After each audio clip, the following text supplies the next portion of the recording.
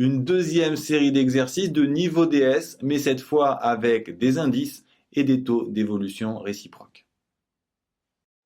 La veille des soldes, croyant bien faire, vous avez changé tous les prix des étiquettes. Malheureusement, les soldes doivent s'appliquer en caisse. Donc on vous demande de remettre tous les prix initiaux, sachant que les remises sont de moins 20, moins 30 et moins 50%. On vous demande également à quel taux d'évolution correspondent ces nouvelles opérations. Et ici, vous devez reconnaître des taux d'évolution réciproques. Alors, pour la baisse de moins 20%, vous devez traduire par une multiplication par 100 moins 20, donc 80%. Donc, on multiplie par 0,8. Si on veut retrouver le prix initial, il suffit de faire l'opération inverse, donc diviser par 0,8. Enfin, pour le taux d'évolution réciproque, je vous rappelle l'astuce, on rajoute une multiplication par 1, et donc on multiplie, si on fait l'application par 1,25, qui correspond à une augmentation de 25%. Pour la remise de 30%, une baisse de 30% correspond à une multiplication par 0,7. L'opération inverse, c'est diviser par 0,7.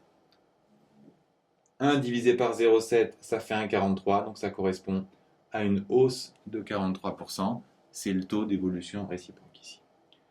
Pour 50% maintenant, moins 50%, c'est fois 0,5. L'opération inverse, c'est diviser par 0,5 ou encore multiplier par 2, qui correspond à une hausse de plus 100%.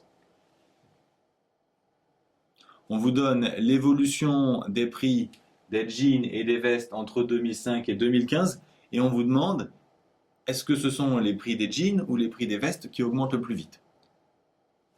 On vous demande pour commencer d'apporter une solution en utilisant des indices, puis de trouver une deuxième méthode. Avec les indices d'abord, pour commencer, on associe les prix en 2005 à l'indice 100 et on cherche un coefficient de proportionnalité pour passer de 19 à 100. C'est fois 100 sur 19 qu'on va appliquer aux autres prix pour trouver les nouveaux indices. On fait la même chose pour les vestes, fois 100 sur 59 et on trouve les indices associés. Les indices pour les jeans étant clairement plus hauts, les jeans ont des prix qui augmentent plus vite. Quant à l'autre méthode, il suffisait de faire le rapport entre les prix en 2015 et les prix en 2005, donc 39 sur 19, ça nous donne le coefficient multiplicateur. De même pour les vestes, et on pouvait éventuellement noter les taux d'évolution associés. Pour fidéliser ces vendeuses étudiantes, ce magasin leur propose d'augmenter leur salaire de plus 5% par trimestre. Une de vos collègues en première année de fac compte garder ce job jusqu'à la fin de son master, soit pendant 5 ans, et pour l'instant, son salaire est de 600 €. Quel sera son salaire à la fin de son master? On travaille sur des pourcentages d'évolution, donc on commence bien sûr par un schéma. L'augmentation plus 5% qui correspond à une multiplication par 1,05. Maintenant, la question qu'on se pose, c'est combien de fois on applique cette multiplication? On voit 5 ans, on a envie de l'appliquer 5 fois, mais je vous rappelle que c'est par trimestre, et dans 5 ans, il y a 5 fois 4 trimestres, donc 20 trimestres.